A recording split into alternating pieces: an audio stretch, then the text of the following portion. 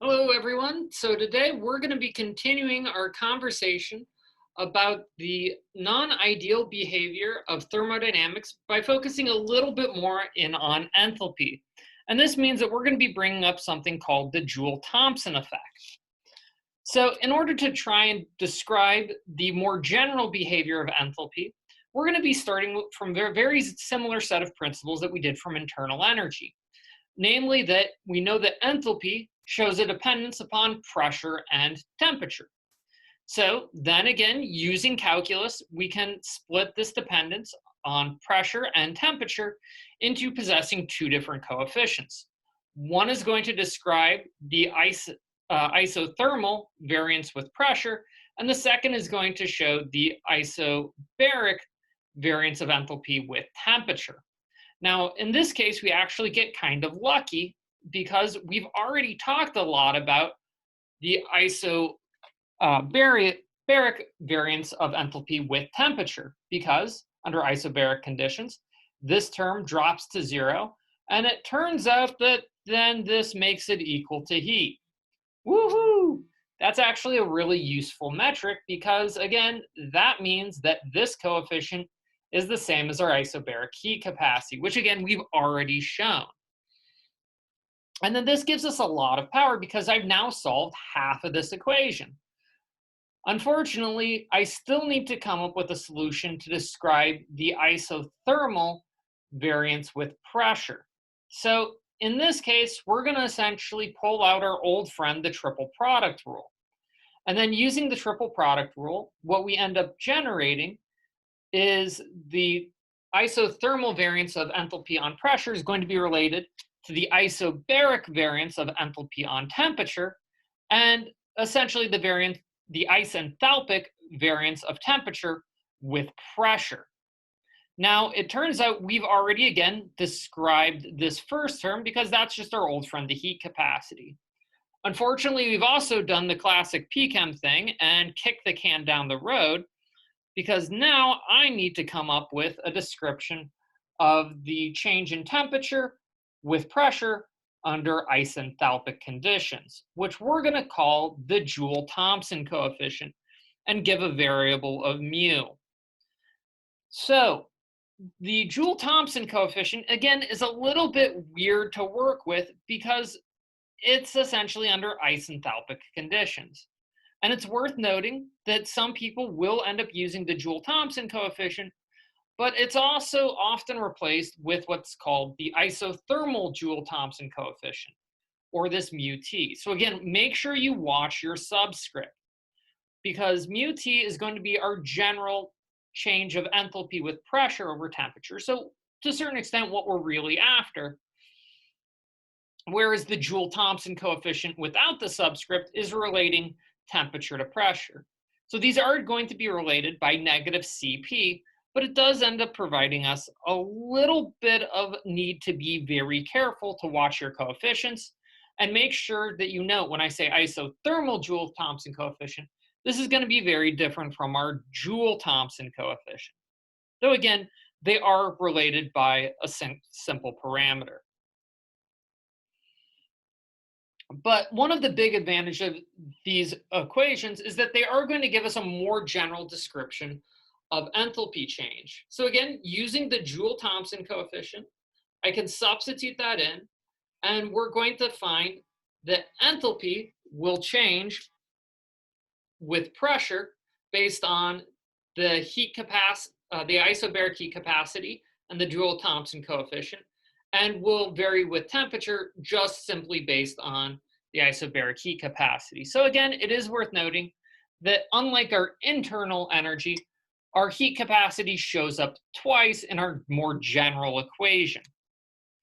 But again, if you want something to write a little bit more simply, this is where that isothermal Joule-Thomson coefficient pops in, as it helps simplify our general enthalpic equation. But again, we still have a slight problem because I need to find a way to measure my Joule-Thomson coefficient, at which point I get my isothermal Joule-Thomson coefficient as long as I have a good description of my substance.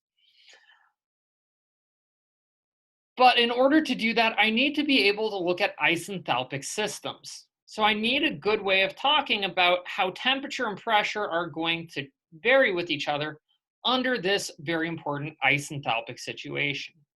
So we need to go ahead and find a situation that might be isenthalpic, and then we're going to have to prove it to be able to make this temperature pressure relationship. So in practice, what we often are able to do is measure our Joule-Thomson coefficient by letting a gas expand from a high constant pressure to a low constant pressure. So we're dropping our pressure, and then we're going to measure the temperature change. But we need to go ahead and prove that this is going to occur under isenthalpic situations. And again, one of the big advantages is, since enthalpy is a state function, all I need to show is that if I drop my pressure from a high pressure to a low pressure, and again, letting the volume and temperature vary naturally afterwards, that this is going to occur isenthalpically. And because I like my equations to be as simple as possible, we're going to be looking at a adiabatic scenario. So again, where we've got no heat transfer. So we're going to be looking at the scenario in essentially the most ideal situation, which is our good old friend, the piston. So we're going to be looking at pumping a gas at high pressure isobarically till I essentially force it into some sort of throttle, or essentially some sort of zero volume state. And then I go ahead and let it expand isobarically again against another piston. Now, it is worth noting that this is a scenario we're never going to be able to quite accomplish, but as long as our initial and final states are right, I still get to generate a path function, two path functions that I can add together to get my overall state difference and look at my enthalpy change from there. So we're going to essentially divide it into two work steps. The first of which is going to be the compression. And again, the work of this step is going to be our good old PV work, and isobaric conditions gets me one of the easiest variants of this equation, P delta V, no integration required. So in this case, my constant pressure is the same as my initial pressure, and my initial volume is, well, my initial volume. But my final volume is essentially zero as I pump down to the throttle. So in this case, I go ahead and let my signs cancel, and my work is going to be related to my initial pressure and volume. Then when I go ahead and let the system expand, my work is going to be, again, related to negative P delta V. In this case, I now have a final pressure of PF and a final volume of VF. But my initial volume was, again, that throttled zero volume. So now I have a work of negative PF VF. Now let's go ahead and use that adiabaticity. So my difference in internal energy is simply going to be the difference in between U2 and U1, or final minus initial, but that's also going to be the same as work plus heat from the first law. But we know under adiabatic conditions that Q equals 0. So I just have the work, which is just going to be work 1 plus work 2, or my initial pressure and volume minus my final pressure and volume. Now we're going to go ahead and rearrange this equation a little bit more to prove the isenthalpic conditions. And we're going to move all of our final conditions to one side. So I'm going to add PF-VF to both sides, and I'm going to add U1 to both sides to get my initial conditions all on one side and my final conditions all on the other. Now, this may seem a lot of work for nothing, but what it helps us prove is, turns out internal energy plus pressure and volume is the same thing as enthalpy. And same thing over here. So what we show is that my final enthalpy is the same as my initial enthalpy, which means my enthalpy change was 0. So this is actually kind of a cool idea, that as long as I've got isobaric an isobaric drop of pressure in an adiabatic chamber, I have I have an isenthalpic change of conditions. So now I just need to find a system that a real system that kind of models this sort of behavior. And it turns out that indeed we can hunt one of these down. And what we can do is, in practice, we're going to measure our Joule-Thomson coefficient by pumping in gas at a high pressure, and again, constant high pressure. So we're not going to let this pressure vary. And then we're going to essentially push it across a porous barrier, which essentially is going to allow us to create a pressure drop so that the gas that flows out, it may be flowing out at a faster rate, but it's going to be flowing out at a much lower pressure. But again, what we can then do is measure the difference in temperature from this pressure drop. And by measuring the difference in pressure with this temperature, the temperature with this pressure drop, I know the change in pressure, I measure the change in temperature, and I get my Joule-Thomson coefficient. But let's go ahead and think about what we may end up observing. So if I have a temperature that decrease, well, I've got a pressure decrease, so negative change in pressure, and a negative change in temperature. So again, pressure drops, temperature drops. Then this, it gives me a positive Joule-Thomson coefficient. And here's going to be the real question of why does this happen? So this is going to happen under a situation where we've got attractive intermolecular forces. Because in order for the temperature to drop, I have to essentially have some form of loss of kinetic energy. And what I essentially did is I lost my translational energy, thus a decrease in temperature.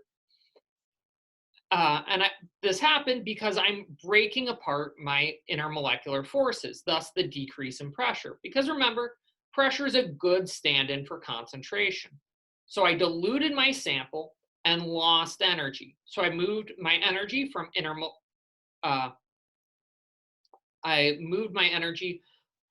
my translational movement to break apart good intermolecular forces. And this is actually a fairly useful phenomena because it turns out it's really easy to heat substances, but it's often very hard to cool them. So if you have a substance with a positive Joule-Thomson coefficient, again, this has to be some sort of non-ideal gas, then guess what? You just created a refrigerator. So this is called a Linde refrigerator, and it's honestly one of the simplest forms of refrigerators that you can generate, because all you need is a porous barrier and essentially pumping gas through it. So it's a good, simple way to generate a simple refrigerator. But again, it entirely relies on the fact of the non-ideality of the gas that we're pumping through. In comparison, sometimes you're going to be pumping a gas through at high pressure, and you're going to see an increase in temperature. So negative change in pressure, positive change in temperature, thus a negative Joule-Thomson coefficient. And this negative Joule-Thomson coefficient is again representing an increase in temperature, and this is going to be due to repulsive intermolecular forces. So what I now have is a highly compact substance, which is essentially saying, I don't want to be with you, I don't want to be with you, I don't want to be with you, goes through the barrier, and I'm not with you, so I'm going to run away. And so I change that dislike of itself into translational energy, thus increased temperature. So again, this is entirely going to be due to intermolecular forces. So this is only going to be present for a non-ideal gas. And so what we find is if you have attractive IMFs, you're going to have a temperature drop, a positive Joule-Thomson coefficient. If you have a repulsive IMFs, you're going to have a negative Joule-Thomson coefficient. And if you're ideal and have no IMFs, then theoretically you should have a Joule-Thomson coefficient of 0, which again is one of the reasons why our typical ideal enthalpy equation is so relatively simple, because this term will go to 0 for an ideal gas. Now let's go ahead and try and look at this a little bit more on how our Joule-Thomson coefficient is going to be pressure, temperature, and identity of the gas dependent. So if I have, say, a relatively ideal gas, it's going to have a Joule-Thomson coefficient that's going to be, in general, fairly close to 0. But more importantly, let's go ahead and look at when it has a positive Joule-Thomson coefficient. So this is going to be the conditions at which the intermolecular forces are going to help keep the gas together. Well, it turns out helium only wants to stick to itself at very low pressures and very high temperatures. Because as soon as my pressure gets too high, I've essentially overcompressed the gas and it wants to expand. And if I heat it too high, then it essentially has more energy and it wants to go ahead and run around. But by the time we get to hydrogen, the intermolecular forces are much better. And so it's going to have a much larger region where the Joule-Thomson coefficient is, again, positive, attractive sort of IMFs. And then nitrogen, even more so. And we're going to be seeing a certain relationship in between the regions where we